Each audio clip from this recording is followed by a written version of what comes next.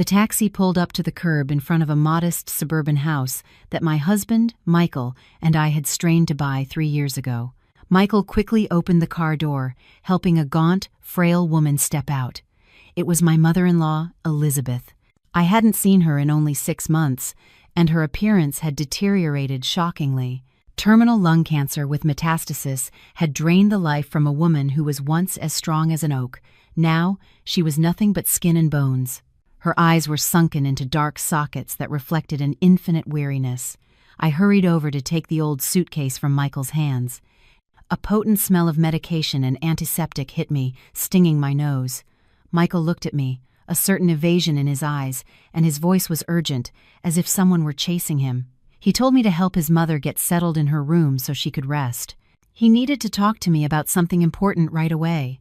I escorted my mother-in-law to the small downstairs bedroom I had thoroughly cleaned the day before. Elizabeth sat on the edge of the bed. Her breathing was a heavy, wheezing gasp, like the bellows of an old forge. She took my hand. Her rough, calloused skin brushed against mine. She said nothing, only looking at me with a strange expression, a mixture of pity and resignation. I returned to the living room. Michael was already there, adjusting his tie, and next to him stood a large, perfectly packed suitcase. My woman's intuition told me something was wrong. Michael approached, placing his hands on my shoulders, and in a grave, serious voice, he told me, "Sophia, I just received the board's decision this afternoon. The company is sending me to Germany for a year to oversee a key project. It is my only chance for a promotion to regional director." I froze, looking back and forth between the suitcase and his face. I stammered, "A year? Why so sudden? Mom just got here, sick as she is. You are planning to leave now?" Michael sighed. His face showed a distress that seemed meticulously rehearsed. He knew it was a sacrifice for me, but he told me to look at his mother. Terminal lung cancer. The treatment costs were a fortune every day. If he did not accept this assignment, where would they get the money for her medicine? For the radiation therapy? He was going for this house, for his mother, and for our future. His words fell upon me like a net of moral responsibility, preventing me from voicing any objection. He was right. His mother's illness was a bottomless pit that swallowed our money, and my salary as an office administrator barely covered our basic expenses. Michael took a debit card from his wallet and placed it in my hand. "The PIN is our wedding anniversary. Every month, the company will deposit my salary here. Use it to take care of Mom." He would try to save everything he could over there to send more. As his wife and her daughter-in-law, this was the moment he needed me most to take charge of everything at home. He asked if I would help him. I held the lightweight card in my hand, but my heart felt as heavy as a lead slab. I nodded in resignation. Michael gave me a quick hug. The cologne emanating from his shirt wasn't his usual scent of sweat and hard work. It had a distant, ostentatious touch. He had to go, or he would miss the red-eye flight. He was leaving everything in my hands. The sound of the suitcase wheels rolling across the tile floor, and then the engine of a cab driving away in the rain, were the last sounds I heard from him. The house fell into a terrifying silence. I stood paralyzed in the middle of the living room, feeling loneliness envelop me. I went back to my mother-in-law's room. Elizabeth was still sitting there, her back propped against the headboard, her clouded eyes fixed on the dark window. She did not ask where her son had gone, nor did she cry or try to stop him. She just let out a sigh, a sound as fragile as a dry leaf being stepped on. "He is gone, daughter," she said in a hoarse voice. I tried to hold back tears and went to cover her with the blanket. "Yes, he went on a business trip to earn money for your treatment. Do not worry, Mom. I am here to take care of you." Elizabeth turned to look at me. Her gaze no longer reflected weariness, but a compassion so deep it made me shudder.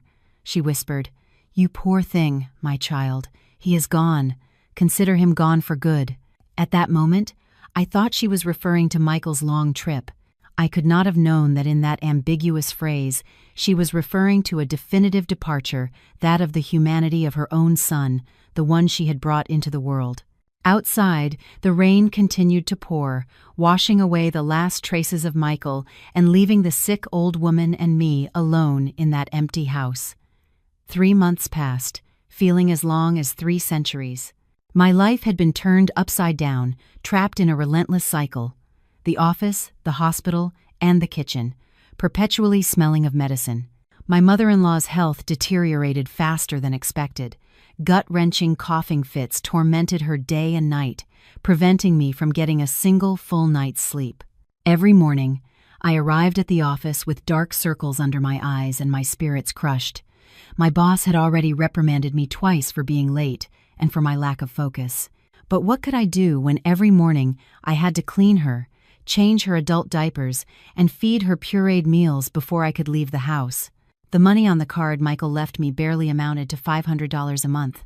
He claimed part of his salary was being withheld for work insurance or some bureaucratic process.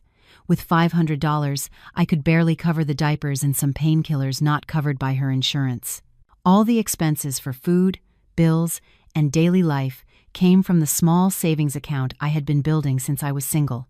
Every Sunday night, Michael would video call. It was a moment I both anticipated and dreaded. On the phone screen, Michael always appeared against a white wall or sometimes in the corner of a quiet coffee shop. He always complained. It was so cold there, and the work was so stressful. He had meetings late into the night. He had no time to even rest. I looked at his face on the screen, his skin rosy and his hair perfectly styled, a stark contrast to my own disheveled and gaunt appearance. I wanted to scream, to tell him about the sleepless nights patting his mother's back, the times she had vomited blood, leaving me terrified. But seeing his expression of a busy, important man, I swallowed my complaints. One night, while searching for my mother-in-law's old medical records to prepare for her next radiation session, I remembered that Michael had scanned and saved some documents on his old laptop, which he had left at home. It was a computer he rarely used, tucked away in a closet because he said it was too slow. I plugged it in, turned it on, and the screen lit up, displaying the family folders. I found the medical file and was about to email it to myself to print. But when I opened the Chrome browser, Michael's Google account was still logged in. Perhaps in the rush of his departure, or because he thought I was technologically illiterate, he had forgotten to sign out. A small notification popped up in the top right corner of the screen. Google Photos has synced 12 new photos. Out of curiosity, and also because I missed my husband, I clicked to see them. I thought they would be pictures of snow in Germany or of him with his foreign colleagues, but they were not. What I saw was the deep blue of the sea and sky, a radiant and stunning landscape. The most recent photo had been taken 2 hours ago. It showed a lavish seafood platter with a huge red lobster next to a glass of sparkling wine. The location tag read, "A 5-star resort in Miami." My heart lurched, and my hand on the mouse began to tremble. I scrolled to the next photo. It was the back of a young woman. She was wearing a bright orange bikini and lying on a lounge chair with a cocktail in her hand, posing in a way that oozed sensuality and enjoyment. Though it was only her back, I instantly recognized her light brown hair with large curls. It was Natalie, the former colleague from the marketing department whom Michael had introduced to me at the company Christmas party the previous year. At the time, he had said she was a very dynamic girl, that he considered her a little sister. I kept scrolling. Tears began to well up, blurring the images on the screen. The third photo was a shirtless selfie of Michael, wearing sunglasses, grinning from ear to ear. Behind him was an infinity pool, and the silhouette of that girl swimming. There was no Germany, no key project, no snow, no late nights working, only Miami, golden sun, blue sea, expensive seafood, and a mistress. While I was here, in this house that reeked of sickness and death, cleaning up after his dying mother, counting every penny to buy her soft food, he, the husband I trusted blindly, was using the money he claimed was being withheld to fund a lavish and debauched affair. I slammed the laptop shut. The sharp snap echoed in the silent night. The initial pain quickly gave way to a nausea that rose in my throat. I looked at my hands, the same hands that moments ago were washing a towel stained with my mother-in-law's phlegm. Now they seemed ridiculous, pathetic. My devotion, my trust, it had all been turned into a cruel joke by him. From the bedroom, my mother-in-law's cough sounded again, a guttural sound that tore at my soul. I stood up and wiped away my tears, not because I was no longer sad, but because I knew that from that moment on, I was no longer the docile, self-sacrificing wife of yesterday. A storm broke over the city at midnight, bringing an icy chill that seeped through the cracks of the poorly sealed windows. In the small room, steeped in the scent of medicine, my mother-in-law's breathing became a sharp whistle, like a dry leaf skittering across asphalt. Elizabeth had adamantly refused to go to the hospital to be put on a ventilator. She said she wanted to die at home, in her own bed, not surrounded by the cold, tangled tubes of an intensive care unit. I sat on the edge of the bed, wiping her forehead with a warm, damp cloth to dry the beads of cold sweat. The dim light from the nightstand lamp illuminated the ravaged, suffering face of a woman who had worked tirelessly her entire life. Suddenly, she opened her eyes.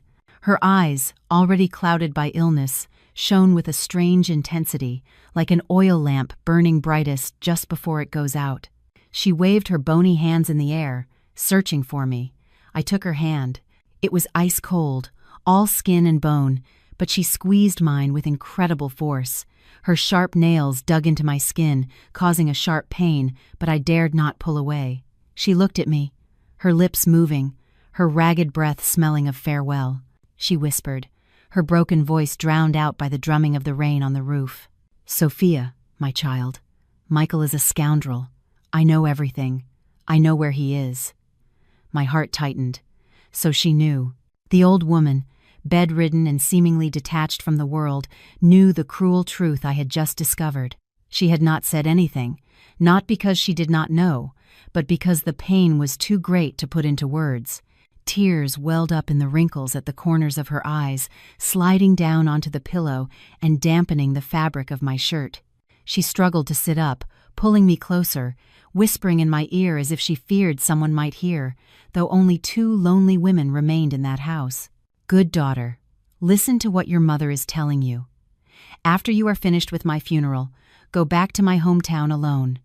Remember, go alone.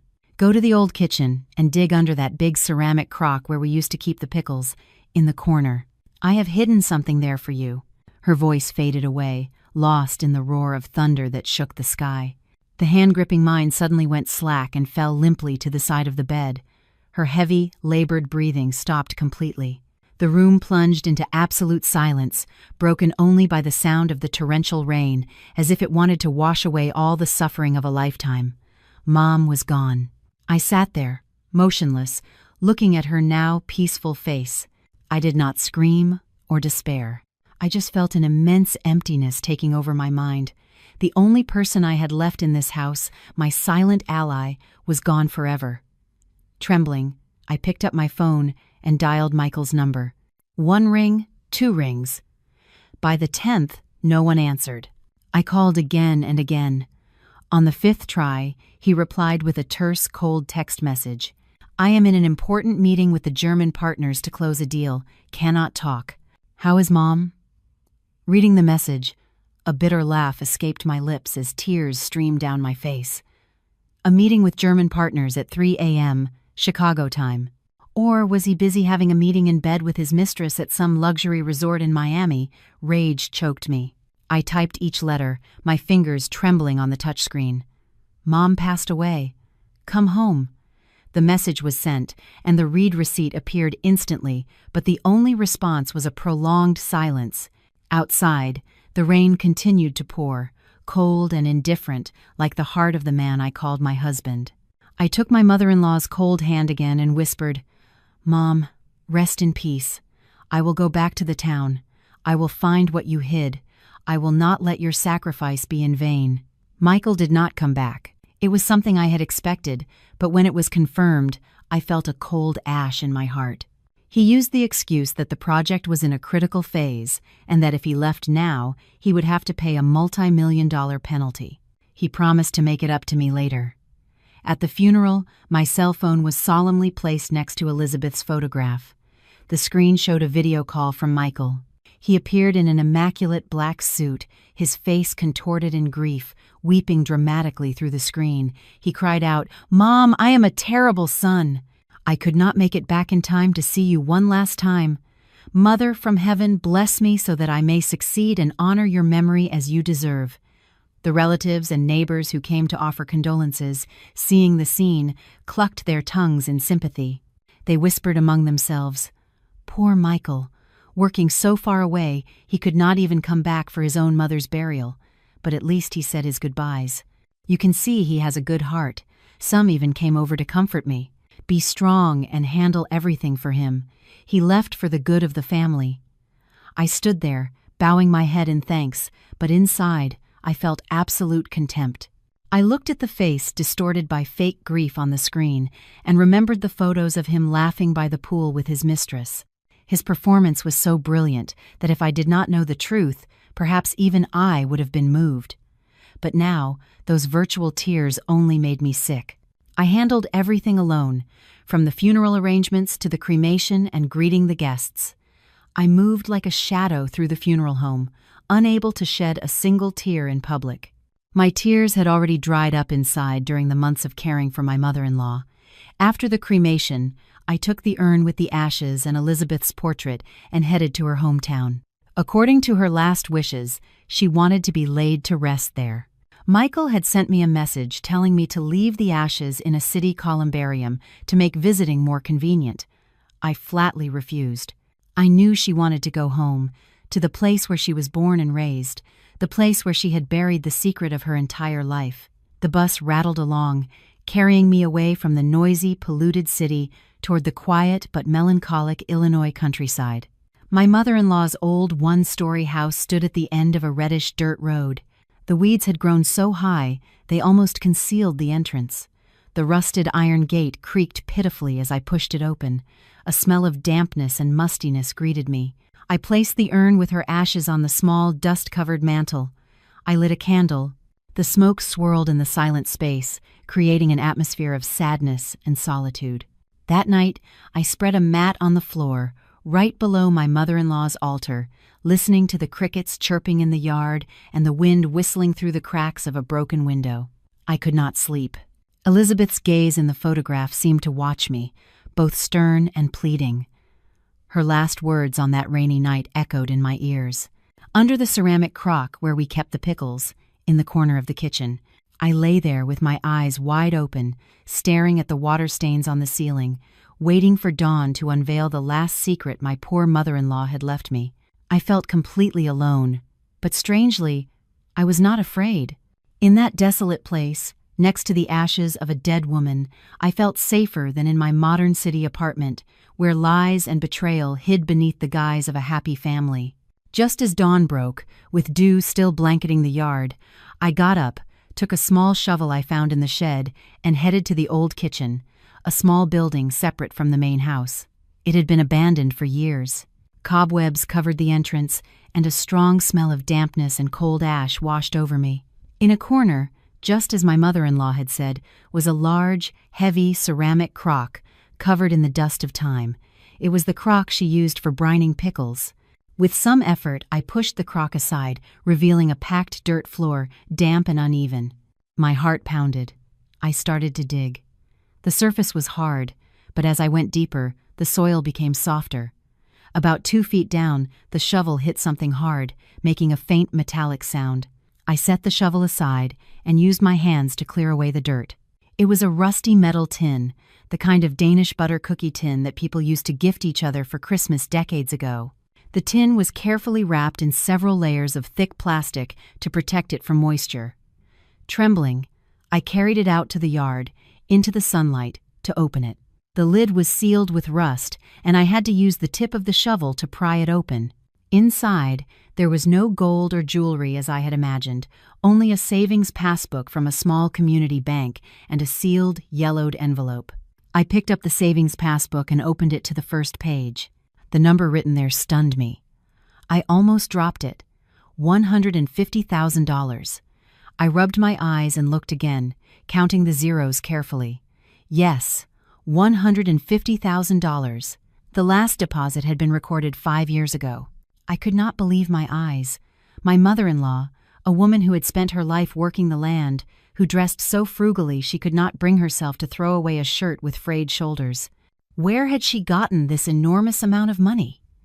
Memories flooded back. About 5 years ago, an interstate highway project had passed through the town, and a large portion of my mother-in-law's land had been acquired through eminent domain.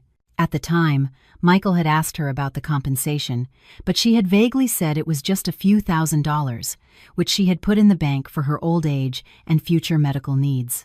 Michael had believed her, thinking the land in that small town was worthless.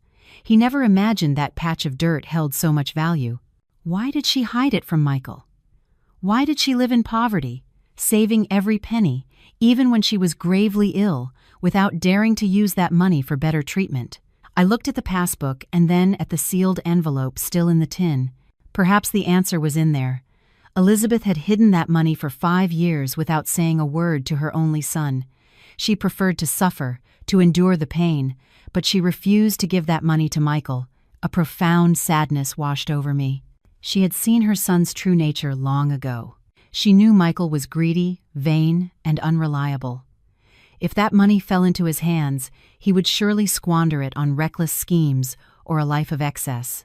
She did not save it out of avarice, but to leave a lifeline, a final guarantee not for him, but for me, the daughter-in-law she trusted. With trembling hands, I picked up the yellowed envelope.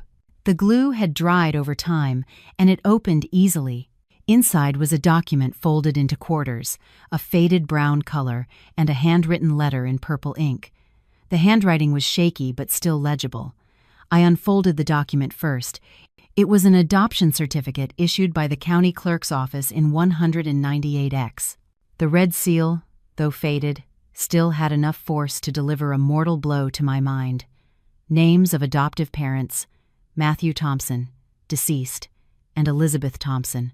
Name of adopted child: Michael Thompson. Date of birth: August 15, 198X. Reason for adoption: infant abandoned at the town clinic. The world seemed to spin around me.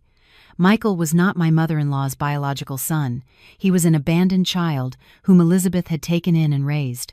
This devastating secret had been buried for over 30 years, so deeply that not even Michael himself knew. I quickly opened the handwritten letter. It was a letter from Elizabeth without a specific recipient.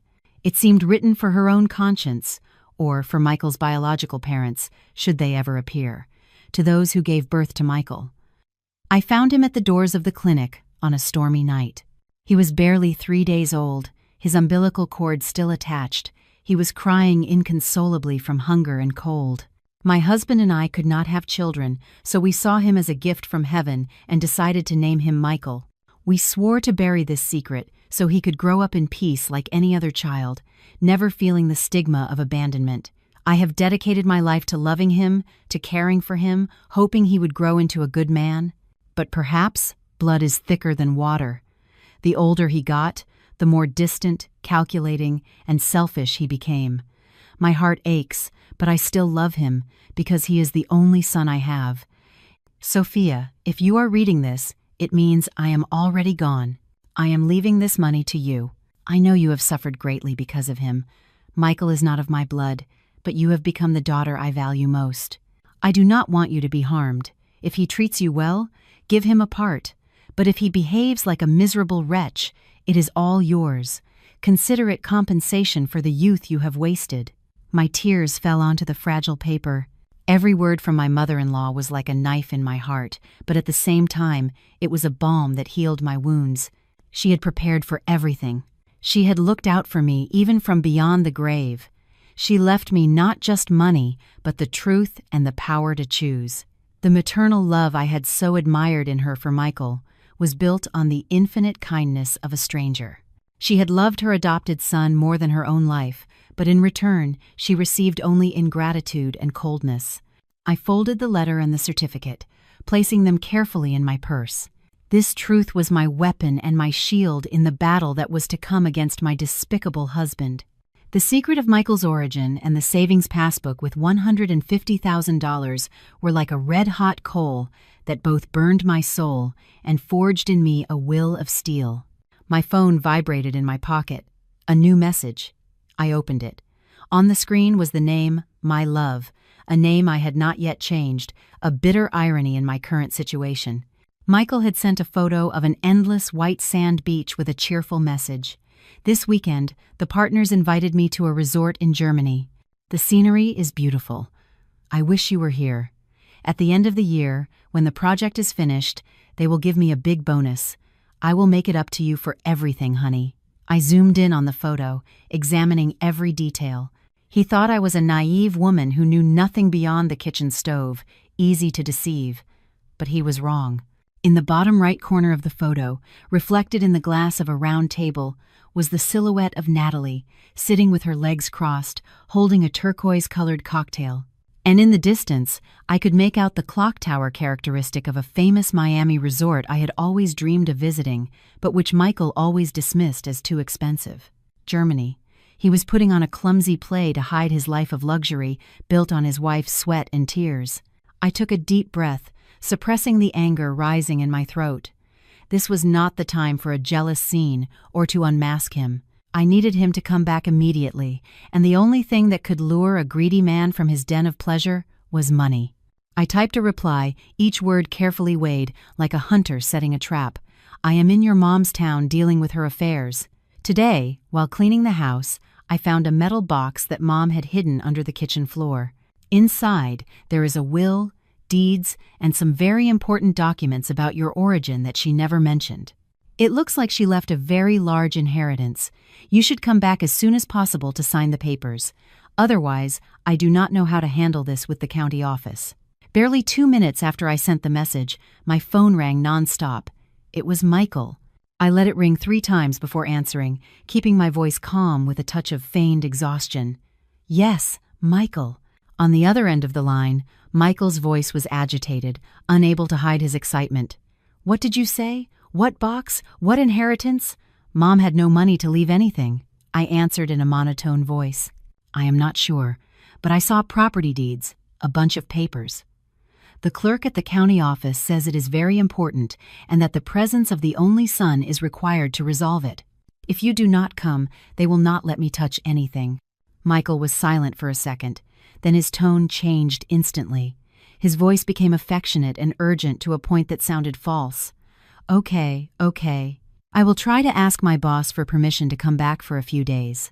Do not show anything to anyone, and do not sign anything. Understood? Wait for me to get there. I hung up the phone. A cold smile formed on my lips. He had taken the bait. The scent of money and curiosity about the inheritance had triumphed over the charms of his mistress and the beaches of Miami. 2 days later, Michael appeared at the door of our suburban house. He was dragging his designer suitcase and entered with an air of exhaustion, feigning the fatigue of a long journey from Europe. In reality, he had only flown 2 hours from Miami. The moment he saw me, he did not ask how I was, nor did he bother to light a candle for his mother at the small altar I had improvised. The first question that came out of his mouth, as his eyes greedily scanned the room, was, "Where is the metal box and the papers Mom left? Show them to me now." I was sitting on the sofa, fiddling with a cup of cold tea, calmly observing the man I once called my husband. Only a few days had passed, but he still looked impeccable, with a sun-kissed tan that contrasted sharply with my own haggard and exhausted appearance after the funeral. I put the cup down on the table and pushed a thick stack of papers toward him. Michael pounced on them like a hungry beast, but as he opened them, the greedy smile on his face vanished, replaced by astonishment and disbelief. Inside, there were no deeds or wills, but a pile of hospital bills, receipts for medication, funeral expenses, and cremation costs. I had stapled them all together neatly. The total came to $22,000. Michael looked up, glaring at me. "What is this? What are you trying to pull?" I looked him straight in the eye, my voice firm. "These are all the expenses for Mom's treatment for the last 3 months and the cost of the funeral. I had to empty my savings account and borrow money from friends to cover everything. You are her only son, and the one with the good job abroad. You have to pay this amount to settle the debts. Then we can talk about the inheritance." Michael threw the bills on the table, his face flushing red. "Are you crazy? I just got here." "I have not been paid for the project yet. Where am I supposed to get that much cash right now? Besides, Mom was in a public hospital. How could it be so expensive? Medications outside the formulary, specific treatments. Did you think they were cheap? I growled, the resentment that had been building for so long about to erupt. While you were vacationing in your Germany, I had to scrape together money from everywhere so Mom could pass away in peace.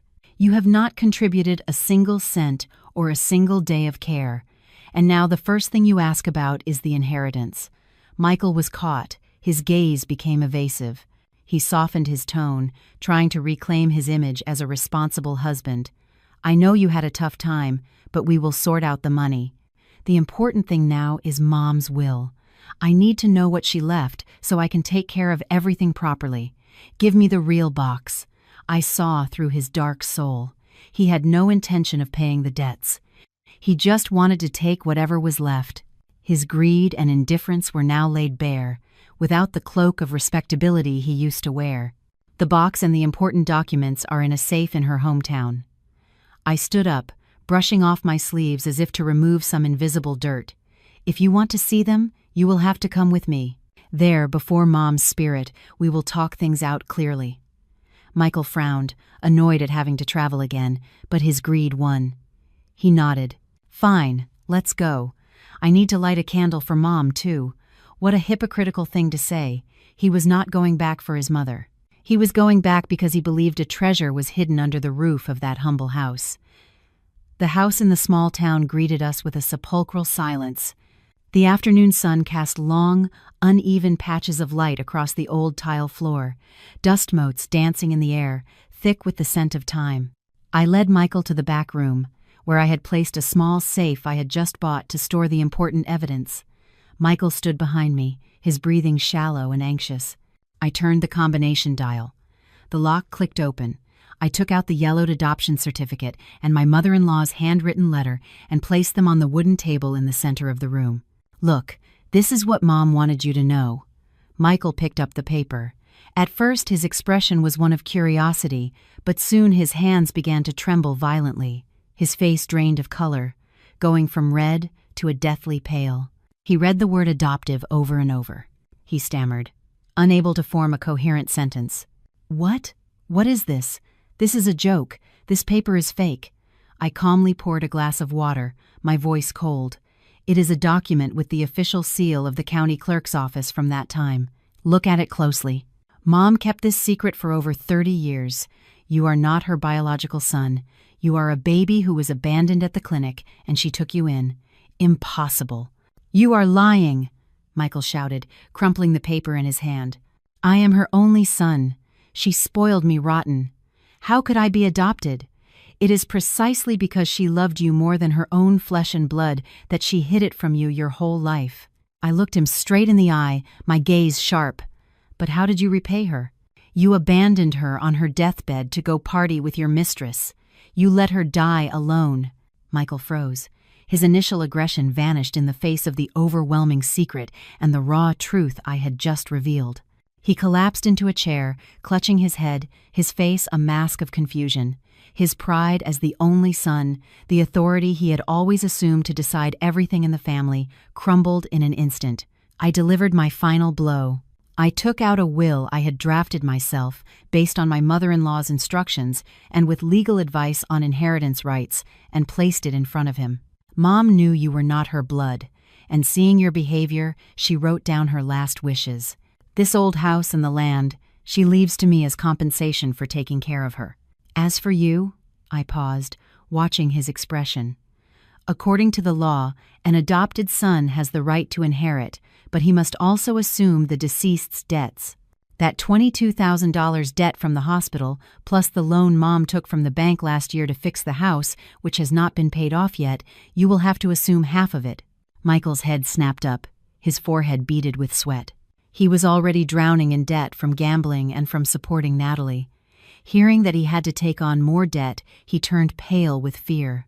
This rundown house is worthless, and you expect me to take on the debts, he shouted, as calculations of profit and loss swirled in his head. Are you trying to set me up? I am not setting you up. I am offering you a way out.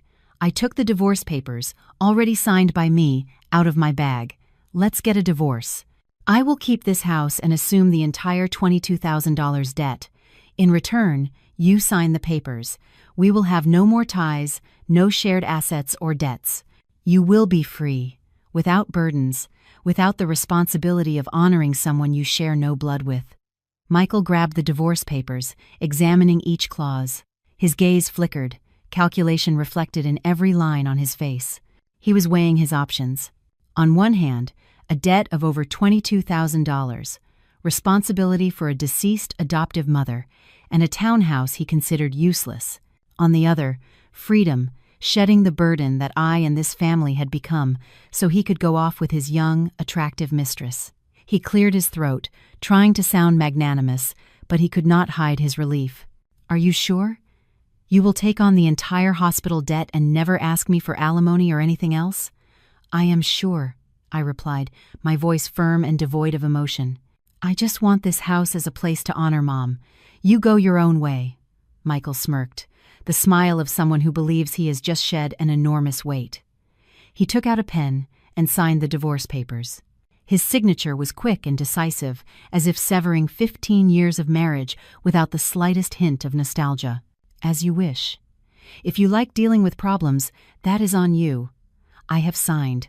From now on, we go our separate ways. What is mine, and the debts are yours too." He tossed the papers toward me with a triumphant air. "I am giving you the house. I have no interest in this godforsaken hole." "Thank you," I said, my tone strangely calm. "You can leave now, and never come back." I held the divorce papers in my hand as tears fell silently. I was not crying for the end of my marriage. I was crying for my mother-in-law. She was right. She had seen through the dark soul of her adopted son. If I had not listened to her, if I had softened and given him the passbook from the start, I would be on the street now, with nothing and drowning in debt. He, for his immediate gratification and his desire for fleeting pleasures, had lost the most fundamental values: filial love, marital respect, and a fortune he so desperately craved. I pulled another stack of papers from the outer pocket of my purse, thick and neatly stapled, and gently tossed it to Michael. "Wait, do not leave so quickly. We have one last parting gift to sort out." Michael frowned with suspicion as he picked up the documents. He opened the first page, and instantly his triumphant smile froze and shattered. They were the detailed statements for his credit card and the bank transaction history for the last 3 months. Every figure, every party destination was clearly marked in red. "Where did you get this?" Michael's voice cracked. His hands began to shake as he flipped through the pages. I answered calmly, my voice like ice. "Did you think I was a fool who only knew her way around a kitchen? While Mom was dying, you were using the credit card to buy a Hermes bag for your mistress, pay for 5-star hotels in Miami, and constantly withdraw cash from ATMs near casinos. In total, you spent and racked up debts under the guise of business expenses for over $30,000. Michael turned white. Sweat poured down his face. He tried to defend himself, trying to salvage what little dignity he had left. "So what? It is money I earned. I can spend it how I want. Besides, we were married. You are responsible for half of that debt too." "You are wrong." I cut him off, my voice like steel. "Read the 3rd clause of the divorce agreement you just signed. Both parties declare they have no shared debts. Any debt incurred in the name of one party or spent for personal purposes will be the sole responsibility of that party." Michael was stunned. He quickly pulled the agreement from his pocket to reread it. In his haste to get rid of the house debt and hospital bills, he had not bothered to read the fine print. I stepped closer to him, staring into his panic-stricken eyes. "All the money you spent on your mistress and on gambling has been proven to be for personal purposes, not for the family's needs." I consulted with a lawyer. "Now, not only have you lost the inheritance, but you will have to carry a debt of over $30,000 all by yourself. Congratulations. You have the freedom you wanted so badly." Michael stood motionless. The paper in his hand fell to the floor. He opened his mouth to say something, but no words came out. The trap his own greed and arrogance had set had snapped shut on him, trapping him in a brutal reality he had never foreseen. 2 days later, after the divorce was finalized, I received a call from an unknown number. On the other end, a shaky, hesitant female voice, very different from the arrogant tone in the photos I had seen. It was Natalie, Michael's mistress. She wanted to meet me in a discreet coffee shop in a quiet alley. She said she had something life or death to discuss with me about Michael. When I arrived, Natalie was already there. She was hunched inside an oversized coat, her subtle makeup failing to hide her haggard look and the deep, dark circles under her eyes. When she saw me, she looked down, wringing her hands nervously. She looked like a drowned, helpless kitten, not the queen who had stolen another woman's husband. I sat down across from her and got straight to the point. "What do you want? If you have come to show off your trophy, you are too late. I have already gifted him to you." Natalie looked up, her eyes red and filled with tears. She shook her head. "No, it is not that, Sophia. I want to tell you the truth. I am not pregnant. It was a lie. It was all a charade to force Michael to marry me and get money out of him." Although I had suspected it, hearing it from her own lips sent a chill down my spine at the terrifying calculus of human beings. I smiled bitterly. "Oh, really? And now that he is broke and drowning in debt, since there is nothing left to get, you are trying to back out?" "No." Natalie nodded frantically, tears streaming down her cheeks. "I know I was wrong. I thought he was rich, but he turned out to be just a fraud, living off the money he got from you and your family. Now, some loan sharks are after him for gambling debts. I am afraid it will splash onto me. I want to leave him, but he will not let me go. He is threatening to post intimate photos of me if I leave." She took a deep breath, trying to calm herself, and lowered her voice, looking around cautiously. "Sophia, I know Michael is planning to hurt you. He is working with a sleazy lawyer to sue you for fraud and for abusing his mother. He has faked messages and manipulated photos to discredit you so he can claim the inheritance and force you to share his debts." I gripped the handle of my purse tightly. Rage consumed me. Michael had truly lost all humanity. After deceiving me for years, he now wanted to corner me with the vilest tactics. Natalie slid a piece of paper across the table with a bank account number on it. "I have proof. I have secretly recorded his calls with the lawyer, and I know the password to his computer where he keeps all his dirty laundry. I will sell you all the evidence for $3.00. I need the money to pay off a debt and start over somewhere else. With this, he will not be able to do anything to you." I looked at the young woman before me with a mixture of bitterness and pity. She was also a victim of her own pragmatism and superficiality, trapped in a spiral of money, and now she had to betray her lover to escape. $3,000 was not a small amount, but compared to my safety and honor, it was worth it. "All right," I replied dryly, "but first I need to see the merchandise. If the information is valid, the money will be in your account instantly." Trembling, Natalie connected a small black flash drive to my laptop. She moved quickly, as if trying to get rid of the burden as soon as possible. On the screen, several folders with strange names appeared. Natalie opened them one by one. First, the call recordings. Michael's voice, clear and full of resentment. "My wife is an idiot. A couple of threats and she will get scared. Prepare the lawsuit for abusing my mother to death. Add the photos I doctored the other day. I have to get that house back one way or another, or the loan sharks will skin me alive." My blood boiled. I had shared my life, sacrificed everything for this man, and to him, I was just a pawn, a fool to be used and trampled on. Then came the files of sick chats with other women, not just Natalie. But what shocked me the most was the last folder. It contained screenshots and an Excel file detailing his online gambling activities. Transfers of thousands of dollars every night, bets on international sites. Natalie pointed to a picture of a company seal. "This is the most important thing. He created a shell company and used this seal to forge contracts and embezzle funds from the company where he works. He laundered the money through virtual casinos. I heard him say he has already stolen over $100,000. A shiver ran down my spine. Michael was not just a bad husband and an ungrateful son. He was a full-blown, white-collar criminal. He had sunk so deep into the mire that now he wanted to drag me down with him. I closed the laptop, took out the flash drive, and clutched it in my hand. It was small, but it felt as heavy as a ton. It contained the entire sordid truth of Michael's life. It was the sword of justice I needed to put an end to his plans. I took out my phone and transferred the $3,000 to Natalie. Seeing the confirmation message, her face relaxed slightly, but her eyes were still filled with fear. "Thank you. I am leaving. Be careful. He is like a cornered, rabid dog now. He is capable of anything." Natalie grabbed her bag, pulled her hood over her head, and quickly disappeared into the crowd. I was left alone, drinking a bitter, cold coffee, feeling a mix of disgust and compassion for myself, for my late mother-in-law, and even for Michael. He had destroyed his own life with his greed and desires. Now, with this flash drive in my possession, I was no longer the passive victim. Back home, I got to work finding the last piece of the puzzle.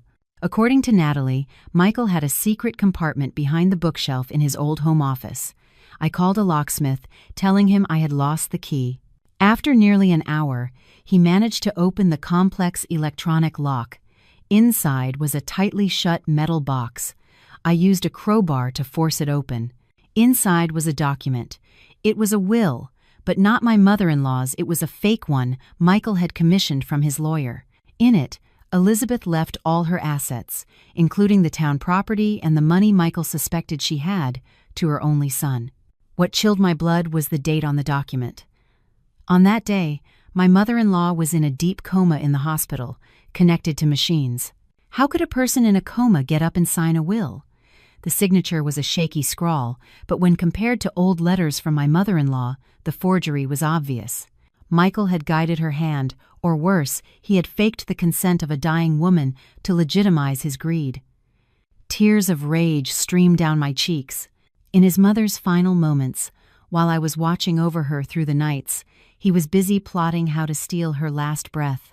Michael's lack of scruples had hit rock bottom. I photographed every page and sent a copy to my own lawyer. "This is proof of forgery and fraud. I want to prepare a lawsuit, not just to defend myself, but to put him in jail if he dares to bother me again." My lawyer responded immediately. "The evidence is irrefutable. With this and the contents of the flash drive, he has no escape. The law will not let such a soulless being go unpunished." Michael came looking for me one afternoon, but this time he was not alone. He was accompanied by a middle-aged man with gold-rimmed glasses and a leather briefcase, but with a shrewd, shifty look. They pounded on the door. I opened it, and before I could say anything, Michael barged in aggressively. He pointed a finger at me, hissing, "You are very clever, Sophia. You tricked me into signing that damned agreement. Do you think you are going to get away with the old woman's $150,000 so easily? I have already checked the information on the savings account." The other man, his lawyer, adjusted his glasses.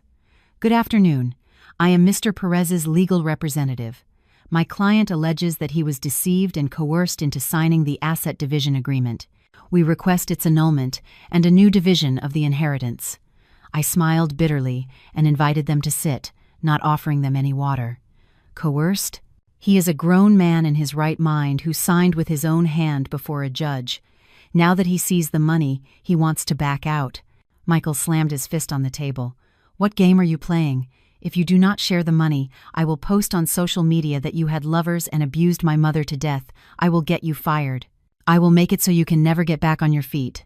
He started showing me screenshots of manipulated messages, where innocent conversations with coworkers were twisted into innuendos, and my complaints of exhaustion were turned into curses, wishing for his mother's death. Michael's depravity surpassed my imagination. I no longer felt anger, just a deep disgust.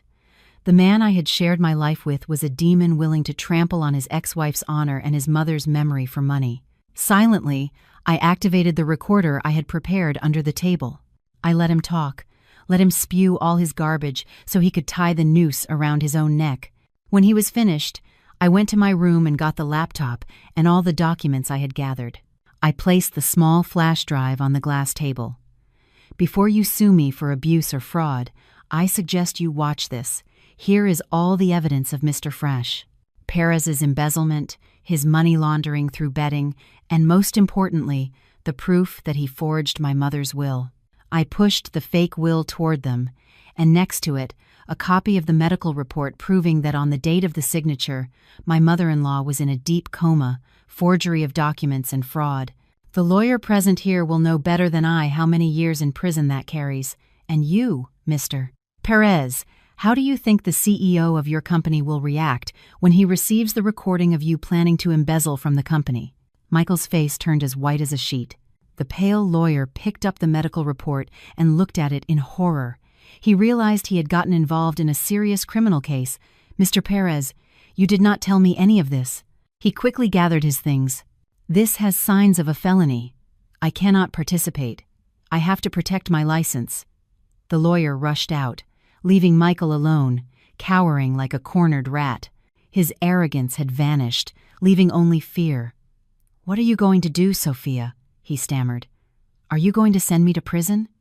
After everything, we were husband and wife." I looked at him without a shred of compassion. "Husband and wife, that relationship died the day you abandoned your mother to go with your mistress. You have two options. Either you disappear from my life forever and never open your mouth again, or I send all of this to the police right now." Michael staggered to his feet. He knew if I spoke, his life was over. He would not only lose his job and reputation, but prison was waiting for him. He headed for the door, defeated. But before he left, I decided to give him one last gift, a truth that would destroy his last hope. Oh, one more thing. Do you dream of a house and kids with your mistress, Natalie? Let me tell you, the pregnancy was fake. She was never pregnant. Michael stopped dead, turning with wild eyes. "What are you saying? You are making it up to separate us." "Why would I make anything up about a broke man like you?" I shrugged. "She was the one who came to me. She sold me all this evidence to get money to run away from you. She said since you have nothing left, she had to escape as soon as possible." Michael was petrified. The news was like a punch to the gut. He had lost everything for that woman: mother, wife, money, honor, and now even an imaginary child and the mistress he was supporting. He let out a cry of pain, clutching his head. His desperate scream echoed down the hallway. He stumbled outside and collapsed onto the ground. I closed the door, separating my world from his madness. I slid down to the floor, exhausted. I did not feel the euphoria of victory, only an infinite weariness. I had won the legal battle, but the price was scars on my soul and a broken faith in people. Outside, night was falling, but I knew the sun would rise tomorrow. I had to get up and start building a new life. Shortly after, a lawyer named Mr. Miller contacted me. He was my mother-in-law's secret legal representative. He revealed that Elizabeth, suspecting her son's nature, had drafted a second will. In addition to what I already knew, she owned a priceless ground-floor apartment on the Upper West Side of Manhattan, inherited from her parents. Its value exceeded $500,000. The will stipulated that the apartment would be exclusively mine if Michael proved to be a bad son or if we divorced due to his fault. Elizabeth had foreseen my vulnerability and had left me this protective shield. I cried with gratitude. My mother-in-law's love went beyond any blood ties. I moved into the Manhattan apartment. One stormy night, Natalie appeared at my door, her face bruised. "Michael knows about the apartment. He has gone crazy. He says he is going to kill you." That same night, Michael forced his way in, armed with a knife. "Where is my money? That apartment is mine." As he lunged at me, I sprayed his face with pepper spray. Just then, the police, whom I had already alerted, burst in and arrested him. His madness led him straight to prison, the inevitable end for a life of greed and betrayal. Michael was sentenced to 7 years in prison for multiple felonies. I never saw him again. With the inheritance money, I opened a small bookstore cafe on the ground floor of the apartment and named it Elizabeth's Legacy. It became a haven of peace, a place where I began to heal. One sunny afternoon, a man walked into the bookstore. He smiled, and his smile was as warm as the autumn sun. I smiled back, feeling a calm I had not experienced in a long time. The past was locked behind prison bars, and the future was opening up before me, with the scent of new paper and the golden light of a new beginning. Life is sometimes fair. Those who sow the wind reap the whirlwind, and those who keep a pure heart, in the end, find peace.